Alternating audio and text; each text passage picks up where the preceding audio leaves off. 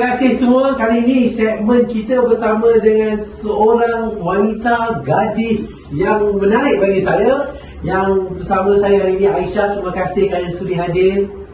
Okay, sama-sama Doktor.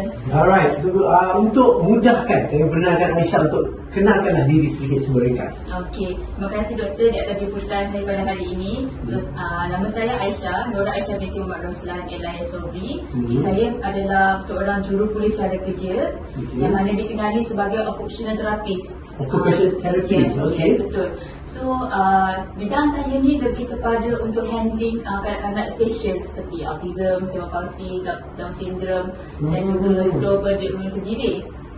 So, saya graduate daripada UiTM Puncak Alam, iaitu diploma. So, sekarang ni saya masih lagi sambung saya punya pengajian di UiTM Puncak Alam juga, iaitu PJJ, di dalam degree. Dalam kos apa ya? Occupational therapy juga. Oh, occupational therapy juga. Okay. Right. So, saya difahamkan Aisyah ada buat satu terapi ataupun apa dia panggil, tapi dia guna hipoterapi. Betul. Boleh terangkan sikit, sedikit sebab saya rasa untuk viewers di luar sana yang mungkin kali pertama dengar, apa tu hipoterapi? Okey, hipo ni maksudnya kuda. Oh, okey. Yang kan hipo kita tu kan. Selalu orang confuse, selalu Malaysia confuse mengatakan hipo ni adalah badak. Hippopotamus. Betul. Tapi sebenarnya hipo ni adalah kuda dalam bahasa Greece. Okey. So, hipoterapi digabungkan terapi berkuda. Okey. So, kita menggunakan kuda tu untuk membantu kanak-kanak istimewa. Okey. Term of hipoterapi ni adalah occupational therapist, physical therapist dan juga speech therapist. Oh, speech tu. Ya. So, ketiga-tiga terapis ni lah yang akan menggunakan rawatan hipoterapi ni, iaitu movement kuda dalam membantu special needs ataupun kanak-kanak istimewa dalam membantu dari segi motor dari segi tubuh badan dia dan juga merangsang punya diri rasa, iaitu sensory. Berapa lama Aisyah telah berkhidmat sebagai occupational therapy? Dalam occupational therapist ni dah 12 tahun. 12 tahun, iaitu sepanjang 12 tahun ni dalam bidang kanak-kanak.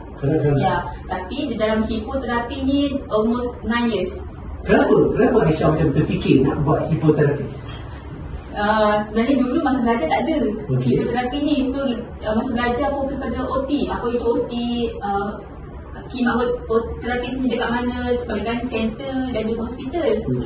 Tapi hipoterapi ni adalah benda yang baru, benda yang challenge. Sebab saya ni lebih suka kepada fizikal punya activities, yang mana saya tak suka dalam satu kawasan untuk satu tempat ataupun satu bilik untuk fokus kepada satu patient. Tapi saya lebih suka gunakan environment nature, yang mana ada haiwan dan juga sekeliling, yang mana tak terdekat dengan satu tempat yang in the box.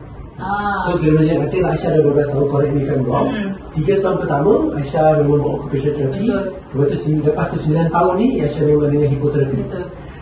Ada ke kajian? Sebab bila benda-benda baru ni, kita kat Malaysia mungkin skeptikal, takut, berkesan kan? Tapi ada ke kajian membuktikan bahawasanya hipoterapi ni berkesan?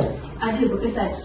Sebagai contoh, United States dia mengeluarkan terapi ni. So dia dah ada kajian yang mengatakan bahawa hipoterapi ni boleh membantu kanak-kanak merangsang perkembangan kanak-kanak istimewa. So sebab hipoterapi ni kita menggunakan movement kuda. So apabila kids duduk atas kuda, dia direct contact tulang belakang kanak-kanak tu, direct contact dengan tulang belakang kuda. So sebenarnya pergerakan kuda tu, cara berjalan sama dengan manusia berjalan. Ya, so 3 axial movement, iaitu depan belakang, sebab kita punya pinggang kan depan belakang, kiri kanan dan atas bawah. So pergerakan tu sama. Kalau contoh kuda bergerak ke kanan, pinggul kita tu akan bergerak ke kanan. Masih duduk atas tu lah. Yes, so that's why pergerakan kuda tu dia membantu untuk menguatkan otot kanak-kanak special ni. Even though walaupun kita yang normal naik pun, kita rasa pergerakan kuda tu dekat kita punya pinggul. Okay, so kalau pemahaman saya, so hipoterapi ni sebenarnya treatment ni kepada siapa? Okay, treatment hipoterapi ni dekat Malaysia lah lebih sesuai untuk kanak-kanak istimewa, which is autism, cerebral palsy, Down syndrome, global dementia delay, yang mana ada attention deficit hyperactivity disorder, yang mana kanak-kanak spesies yang aktif lebih sesuai untuk hipoterapi ni. Tetapi dengan ada guideline ataupun refer daripada doktor. Sebab sebelum diorang sesuai untuk hipoterapi, doktor kena check dulu medical, kena check on the doktor punya persetujuan, doktor punya. So ni adalah salah satu alternatif atau macam mana? Di sana satu alternatif terapi, which is kita sebagai terapis, kita still menggunakan SOAP yang sama, apa yang kita belajar, approach kita punya frame of reference sebagai terapis. Cuma rawatan, medium rawatan je yang berbeza. Mostly sebagai terapis kita lebih terdedah kepada center ataupun hospital, tetapi hipoterapi ni adalah satu medium rawatan yang kita keluarkan sebagai outdoor punya activities. Tapi pada pendapat Aisyah, secara general dekat Malaysia ni, apakah tahap kesedaran rakyat Malaysia tentang rehabilitasi untuk pesakit autism, cerebral palsy, ADHD dan sebagainya? So the awareness pertama, sebab ramai yang saya rasa mungkin kali pertama dengan hipoterapi ni. Tapi anak dia dah autism lama, semua terlalu bukanlah saya kata konservatif, tapi mungkin hanya pilih satu saluran. Macam mana tahap kesedaran ni? Tahap kesedaran sekarang ni dah banyak dah awareness dekat semua parents. Sebab sekarang ni parents dah boleh detect dah, anak saya umur 2 tahun belum boleh bercakap, eye contact tak ada, bila panggil nama tak ada, pointing tak ada. So diorang dah ada awareness. So bila parents dah ada awareness, mereka akan pergi jumpa doktor untuk dapat pengesahan sama ada anak mereka ni ada program ataupun tak. And then bila diorang dah dapat kesedaran daripada doktor, ini baru doktor akan refer untuk occupational therapist ataupun speech therapist. So bila sebab appointment selalu dekat hospital dia lambat, so kena tunggu queue. So parents ni dia ada link, ada social link di antara parents. So kat situlah diorang akan cari alternatif punya terapi untuk membantu. Tapi kesedaran tu tinggi lah. Kesedaran tu tinggi. Hipoterapi ni kesedaran dia sekarang ni tahun ni dah banyak kesedaran dia, sebab ramai juga klien yang tahu hipoterapi tu, cuma diorang tak tahu kat mana ada, kat mana tempat yang ada base dia. Okey, saya cakap dalam topik ni, hipoterapi di Malaysia, adakah dia masih merangkak, berlari, dia dah level mana? Dia masih dia mula. Dia start kat Malaysia ni bila? Apa cabaran yang besar dalam hipoterapi ni dan macam mana Aisyah overcome? Okey, hipoterapi ni since ada kat Malaysia since 2014 yang dibawa oleh Great Apple Hipoterapi. So dia Great Apple Hipoterapi. Ya, so dia adalah satu yang membawa, satu company yang membawa hipoterapi tu dekat Malaysia. So dia orang yang establish kan hipoterapi tu di Malaysia. So so hipoterapi ni bermula daripada negara mana? US. So kita pergi bahasa Inggeris ni pun bukan bahasa Inggeris lah. Nama je lah kan? Nama je sebab diorang ada macam gandingan. Sebab American Hipotherapy Association, diorang ada approach diorang sendiri. Inggeris pun ada approach diorang sendiri. Yang mana approach tu diorang gabungkan. Alright, balik. So dia bermula di Malaysia pada tahun 2014. So apakah cabaran? Cabaran hipoterapi ni adalah sebab kita sebagai terapis kita tak pernah terdedah dengan kuda. So cabaran macam mana kita sendiri nak faham kuda tu macam mana. So untuk menggunakan kuda, tak semua kuda kita boleh pilih untuk buat hipoterapi. Kuda-kuda tertentu saja yang mana kita perlu tahu, kita kena tengok dia punya movement. Sebab kuda ni setiap kuda, setiap patient dia macam tak sama. Kuda selalu panggil kuda tua, kuda muda, kuda yang mana? Kuda yang mana? So kalau hipoterapi ni, kuda yang sesuai adalah macam kuda yang saiz yang kecil, lebih kuda poni. Mana sebab movement dia, sebab kuda ni menghasilkan rhythmic movement, and then dia punya movement dia kita boleh kontrol untuk student, untuk patient. So cabaran utama adalah Kuda. kuda lah. Kuda. Sebab kuda ni kadang-kadang dia nakal. Okey. Kadang-kadang dia dah bosan, dia cuik kita. So nak tak nak kita punya time kita nak handle tu, memang kita perlu aware dengan patient, kita kena aware juga dengan kuda. And then sebagai terapis pun kita kena belajar riding. So bila belajar riding tu, kita punya bonding dengan kuda tu ada. So cabaran lah. And then cabaran dia lagi yang selalu kita boleh nampak adalah dari segi sebab dalam terapi kuda bukan kita seorang je yang handle patient, tetapi kita ada team. Team yang mana boss leader, dia peranan dia tarik kuda. So satu lagi part adalah assistant therapist. So assistant therapist tu pun dia perlu tahu tak condition kuda dan juga condition patient tersebut. So communication. So dalam bila satu treatment tu dibuat, dia perlu 3 orang lah? 3 orang. 4 masuk kuda lah. Kuda pun dia Kuda pun staff juga. Staff juga. So 4. So sampai treatment tu sampai lebih kurang berapa lama satu session? Satu sesi 30 minit. 30 minit. So cabaran dia lagi adalah sebab hipoterapi ni bila kita punya treatment memerlukan 4 orang staff. So dia punya price tu agak tinggi, agak mahal. Sebabnya memang kebanyakan challenging sekarang ni adalah dari segi price. Sebabnya mahal tu, yes memang mahal, tetapi bagi saya mahal tu adalah untuk dapatkan rawatan yang lebih cepat untuk special needs ni, dia berbaloi. Betul.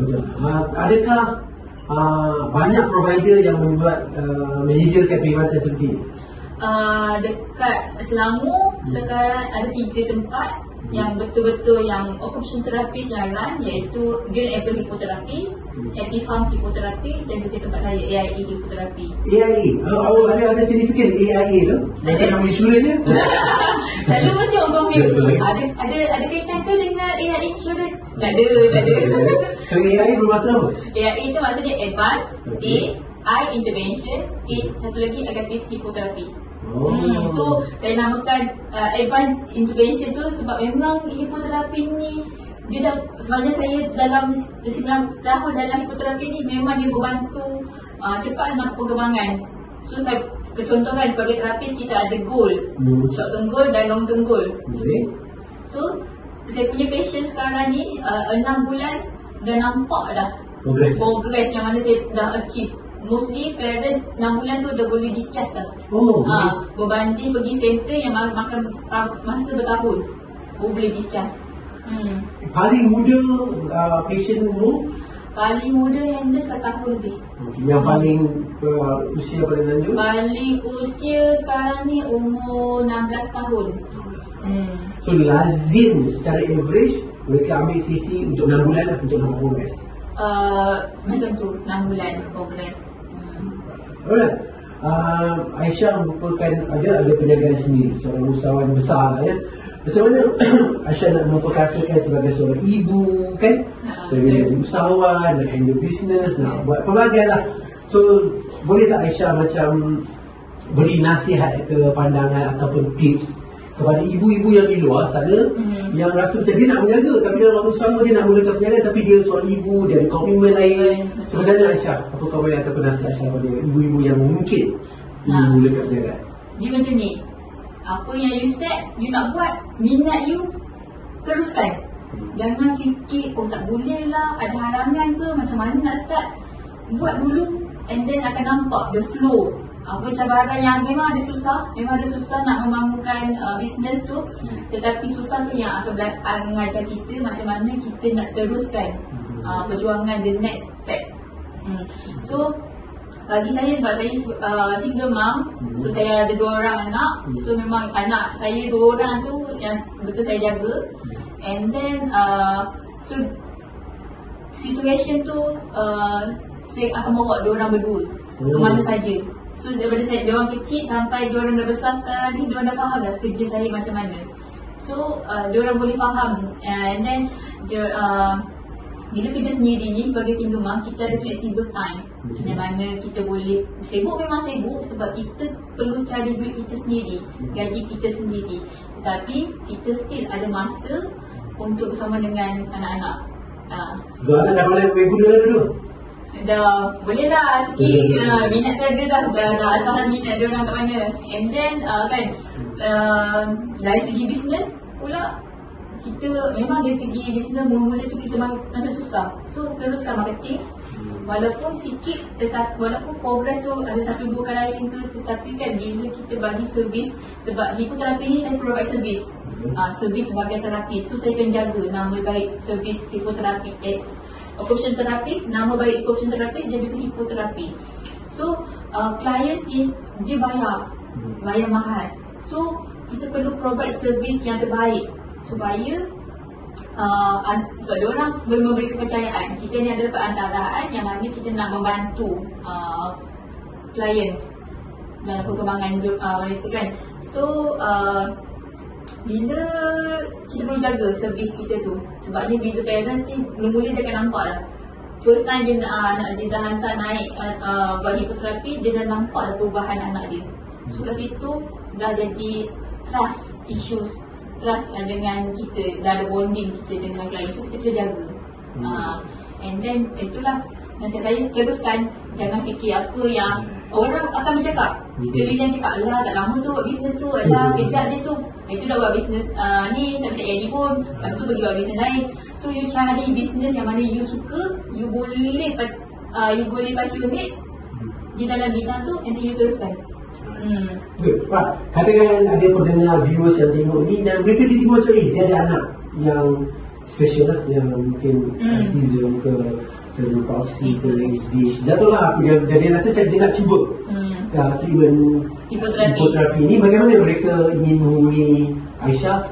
Okey, boleh terus hubungi saya di nombor 012-638-4035. So saya punya tempat adalah di MRAC, iaitu MAIPS Rubinga Equestrian Center dekat Seri Kembangan. So katakan sesiapa saja boleh hubungi yang ada anak ni, lepas tu you akan screen dulu ke macam mana? Saya akan set appointment untuk buat new assessment. So kena buat initial assessment dulu. Sebab saya perlu tahu anak sebab satu, bila initial assessment, kadang-kadang first datang diorang akan menangis. So itu adalah salah satu establish rapport.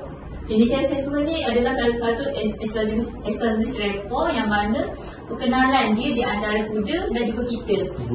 Mula-mula dia akan menangis. Mostly saya punya patient memang menangis, mengamuk. So kalau pada yang tak luar viewers, anak dia nangis is common. Itu kalau tak nangis dia terkejut. Kalau tak nangis dia terkejut.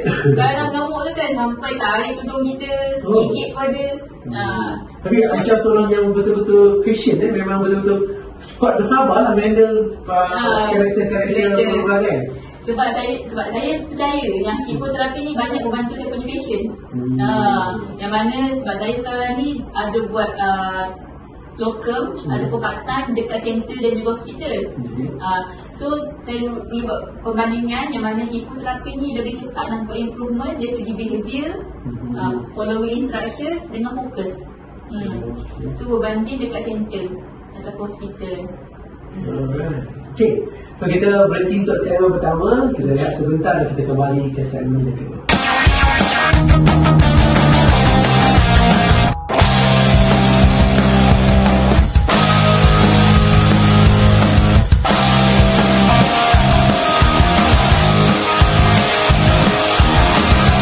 Hai, kembali ke segmen yang kedua. Segmen pertama tadi kita dah cerita pasal hipoterapi. Yang kedua kita nak sembang santai, nak kenal Aisyah secara peribadi lah.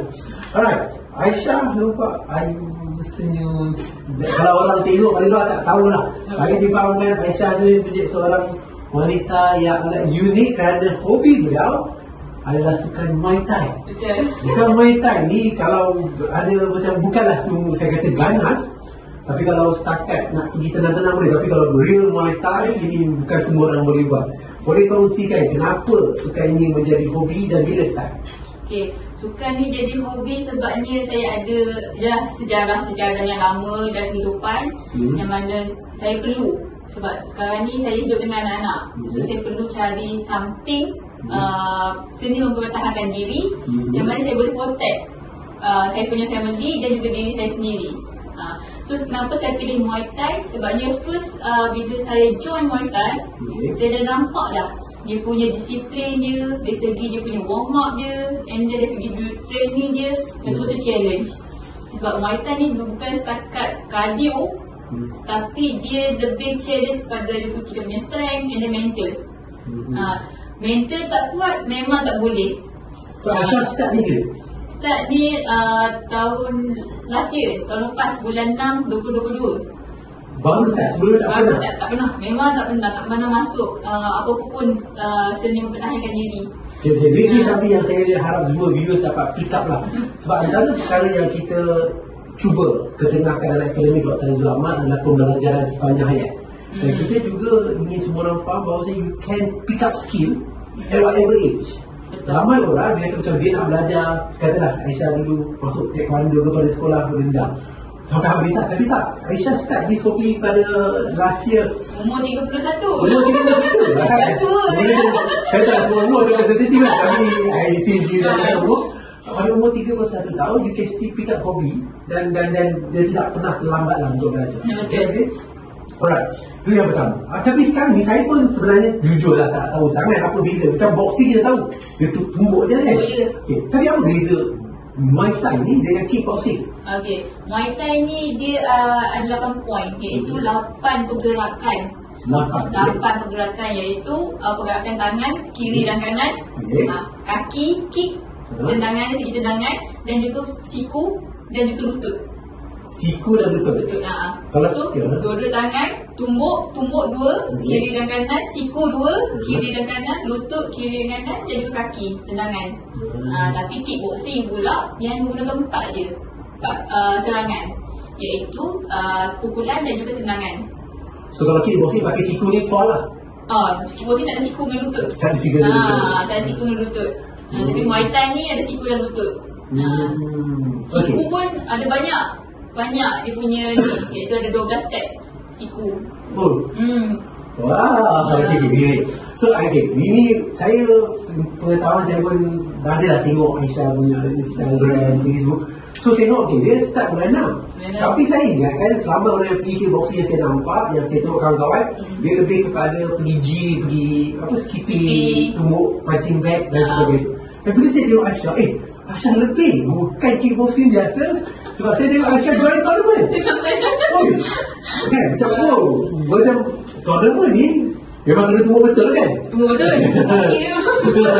Tapi so Aisyah bukan sekadar hobi tapi join tournament. So what drive you to start tournament? Sebenarnya saya suka benda yang mencabar diri. Sebab saya tak pernah buat sebelum ni. Why not buat? Cakap training. Sebab saya tak suka macam datang-datang training dah habis kat situ. Saya suka benda tu. Saya suka training. Sebab saya punya coach cakap, Aisyah, nak masuk tak tanding? Berani tak? Berani cakap kan. Sebab time tu masa first tournament tu adalah tournament yang dunia. Yang dunia punya IFMA. So masuk world? Yes. Masuk world. Pandai tak pandai pun atas sering lawan juga. Saya lawan dengan New Zealand time tu. Bulan 8, 16 dan bulan 8. So, dapat kanser. Belajar bulan 6, bulan 8 dah masuk tournament. Betul. 2 bulan lah. 2 bulan. Dan dapat gangster. Wah. Tapi contoh ni saya rasa I hope it become inspiration kepada semua. Walaupun dia start hobi lambat, tapi it doesn't mean it's too late. It's too late. Good. Okay. Dalam tournament memang sepak terjang tu betul lah. Betul. Kalau kena punching bag tu memang kena. Apa yang paling teruk lah kecederaan yang paling teruk dalam dan luar gelanggang? Dalam dan luar gelanggang paling teruk, paling dahsyat, yang paling challenge adalah time training. Okay.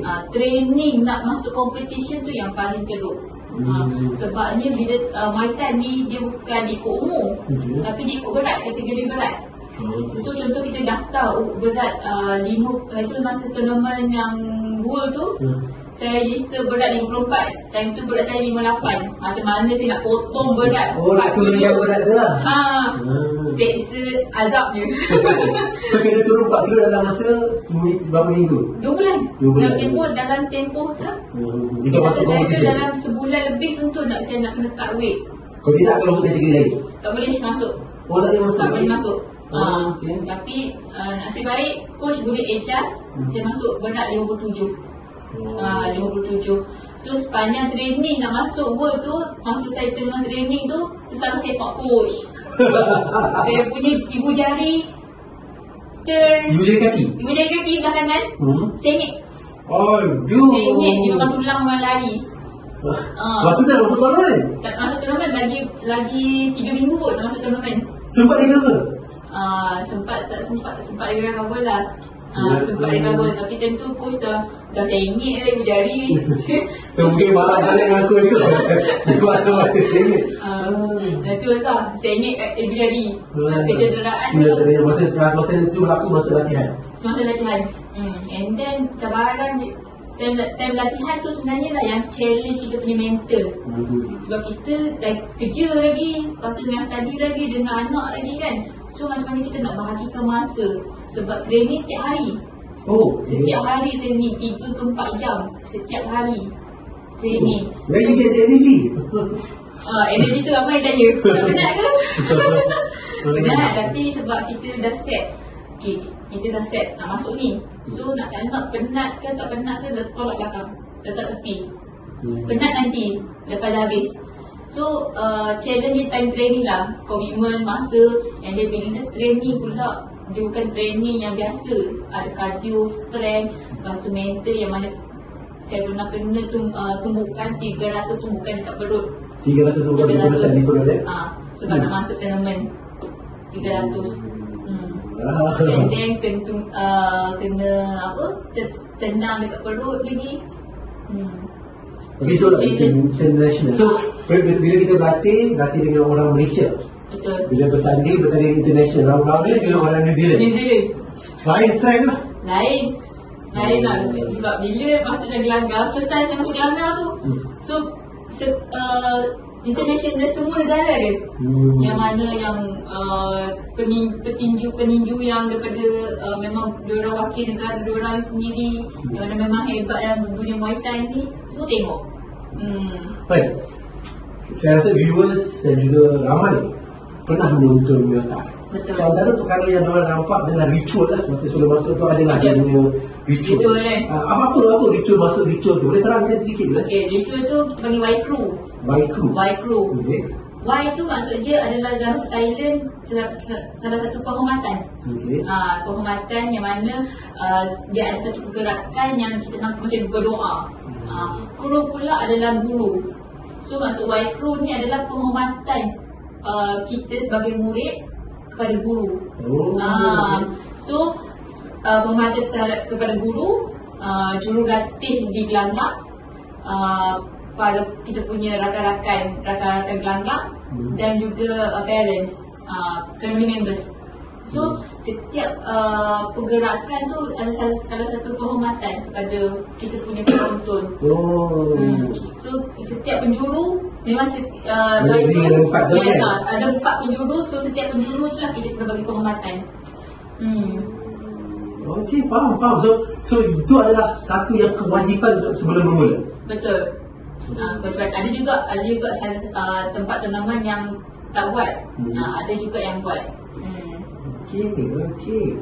So selepas tournament itu, adakah Aisyah taubat atau akan join? Ada lagi. Lepas itu training lagi, semangat masuk. Lepas tu ada yang kena tarik diri. Upfront lah time tu, sebab kita dah penat training, penat komitmen, masa semua tu kan. Sekali time nak timbang berat, kena tarik diri. Memang frust gila. So adakah Muay Thai di Malaysia popular? Ramai? Sangat popular sekarang ni.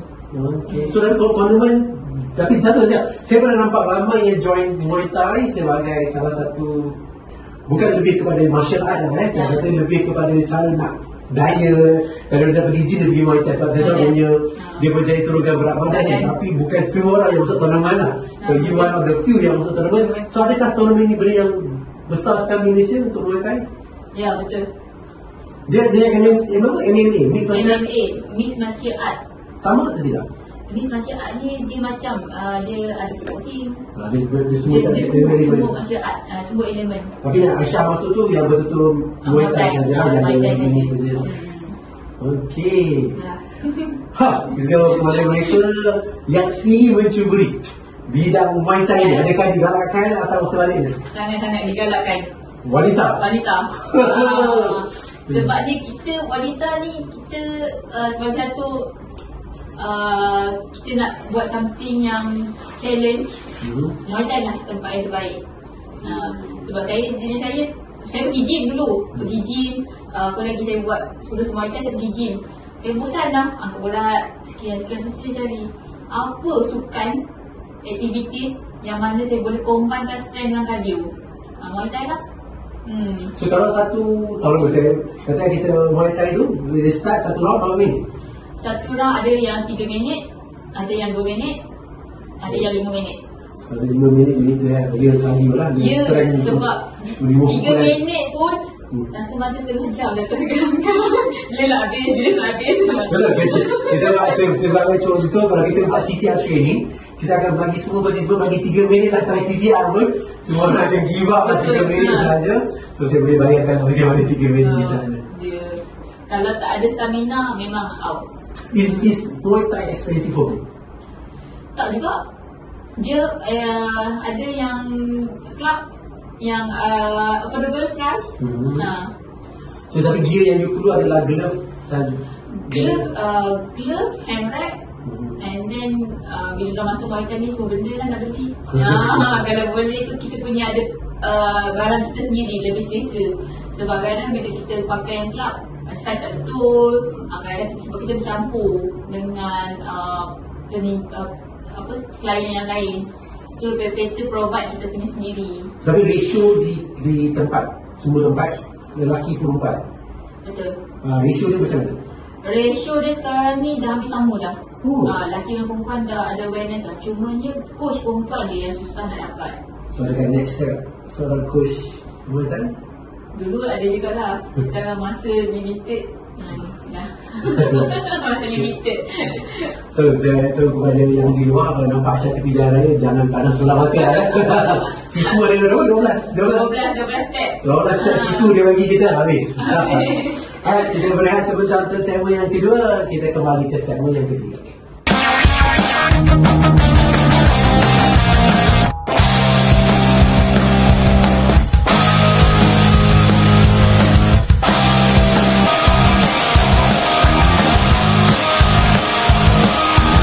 Kita segmen terakhir, segmen 3, Aisyah.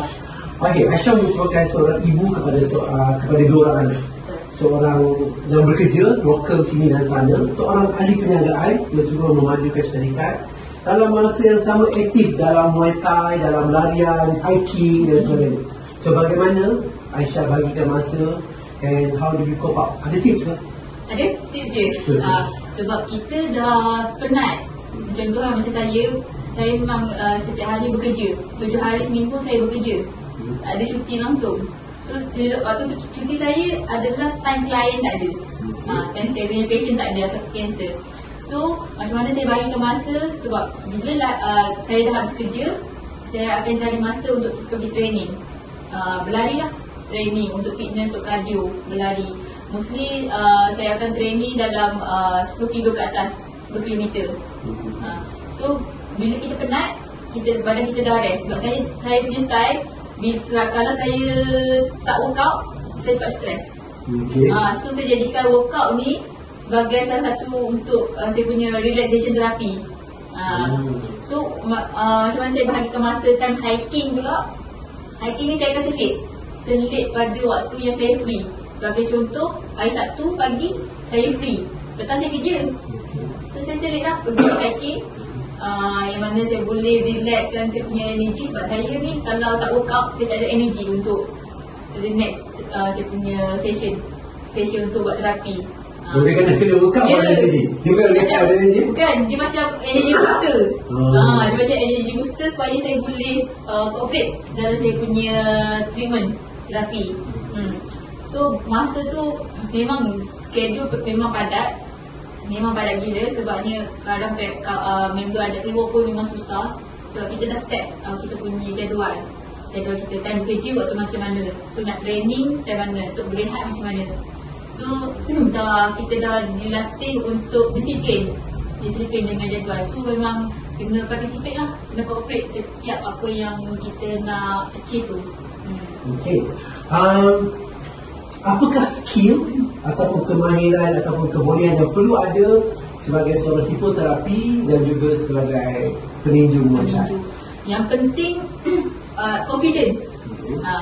Kalau you ada confident, semua benda tu akan buat yang something yang buat sekejap je. So confident, disiplin sebabnya setiap kita punya business, kita ada disiplin kita sendiri. Macam mana kita nak catch up klien, macam mana kita nak arrange kita punya schedule. And then bila Muay Thai ni, kita dah set up lah kita punya jadual masa macam mana. So disiplin. Dan situ kita punya stamina, fitness. Sebab saya punya pekerjaan saya adalah membantu anak-anak istimewa. So fitness, kalau saya tak fit, macam mana saya nak handle diorang.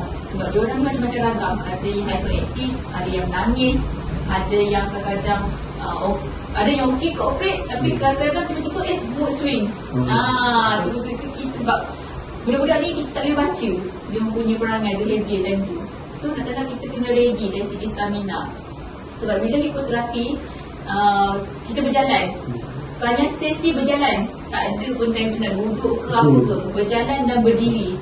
So kalau tak fit, macam mana kita nak handle? Sambil berjalan, sambil kita nak handle patient dekat atas. So macam-macam ragam klien, dan masa sama kita nak fokus, okay, the next activity apa kita nak bagi, supaya bukan setakat movement kuda je, tapi masa sama activity yang kita nak bagi, provide. So bagi contoh toys apa yang kita nak guna untuk membantu dia dari segi skill-skill yang lain. Okey, sebelum kita akhiri podcast kali ini, apakah kata-kata akhir kepada viewers yang menonton? Okey, kata-kata terakhir adalah yang boleh saya sampaikan adalah sebagai seorang parents, memang kita ada ujian kita masing-masing. Tak kisahlah sama ada kita dari segi kewangan ke, family, ada anak special. So apa yang tak nak sebagai kehidupan sebagai seorang parents ni, perjuangan kita adalah untuk anak-anak. So saya faham sangat kalau parents sekarang ni struggle dengan ada anak special. Saya juga ada klien saya parents yang mana ada 2 orang anak autism. 2 orang. So saya dah struggle sebab anak yang autism sekian ni yang lain. Seorang lagi hyperaktif yang mana challenge dia punya behavior. So apa yang saya boleh cakap adalah maybe saya tak berada di situasi yang sama, tetapi saya adalah perantaraan, iaitu terapis yang mana membantu parents di luar sana untuk mana yang memerlukan rawatan, rehabilitasi sebagai dengan jurupulih cara kerja. So jangan give up, teruskan. Memang sekarang ni kita perlu expand kewangan banyak untuk rawatan daripada permulaan awal anak-anak, tetapi kita akan cepat, kita akan save banyak bila masa dia dah remaja ataupun dewasa. Sebabnya daripada peringkat awal ni lah kita nak take ke semua isu-isu sensori yang mana boleh mendatangkan masalah in the future. So kalau daripada awal sensori punya part dia tubuh badan semua dah settle, and then in the future dah sikit je part yang perlu kita tackle. So ini perlu kita pada awal. Yes, perlu take pada awal. Sebabnya bila lambat, lagi banyak duit kita keluar. Sebab kita dah time tu kita lega. Sebab sensori dah kereta lagi, lepas tu dah start behavior, and then dah start dari segi part lain. Sebab sekarang ni kita punya aim sebagai jurupulih cara kerja adalah kita nak membantu kita punya klien tu supaya dia boleh independent di masa hadapan, tanpa bantuan daripada orang lain. Kita nasihatkan kepada parents yang punya anak yang autism, jangan give up. Kita masih ada peluang untuk buat. Ada success story yang mungkin boleh kita sebagai contoh kan, saya punya klien dia diagnose global developmental delay, yang mana Dr. Izwan daripada Hospital Angkatan Tentera Malaysia, dia refer klien tu kepada saya. Mula-mula dia klien patient saya tu umur 5 tahun. 5 tahun. So memang setiap masa sisi datang, dia bapak dia gendong, dukung dia ataupun mak dia dukung. Lepas tu saya cakap lah kat mak dia, sebenarnya saya punya style, selagi ada kaki, selagi tu boleh berjalan. So 6 bulan dia buat hipoterapi dengan tempat saya, dia dah boleh start berjalan. Daripada perlu didukung, dah boleh berjalan sendiri. Alhamdulillah. So memang banyak parents yang cakap, kata kenapa saya tak jumpa awak dulu. Your hands is very macam apa panggil, tangan kamu ni macam membagi something untuk anak saya. Mostly parents cakap macam tu lah. Tapi kita perlukan viewers di luar sana mungkin skeptikal, mungkin nak buat research, boleh buat research Google, tapi berilah peluang kepada anak anda, berilah peluang kepada diri anda sendiri untuk cubalah rehabilitasi ini kan. Bukan kita nak buat dan kita perlukan kebaikan. Dan saya tertarik juga dengan awal tadi bahawa mungkin beban semua parents ada dalam masing-masing. Kalau Tuhan bercakap, Tuhan tidak pernah menjanjikan kesenangan lah. Tapi yang dijanjikan, setiap kesusahan akan ada kesenangan. So kita harap segmen kali ini memberi manfaat kepada semua pendengar. Lagi sekali terima kasih kerana sudi hadir ke studio kita, dan haraplah tak surik lah kalau kita panggil segmen-segmen akan datang. Tak surik. Terima kasih. Sebab benda apa yang benefit untuk kita share. Sebab semua bila ilmu yang kita share ni adalah untuk kebaikan semua orang.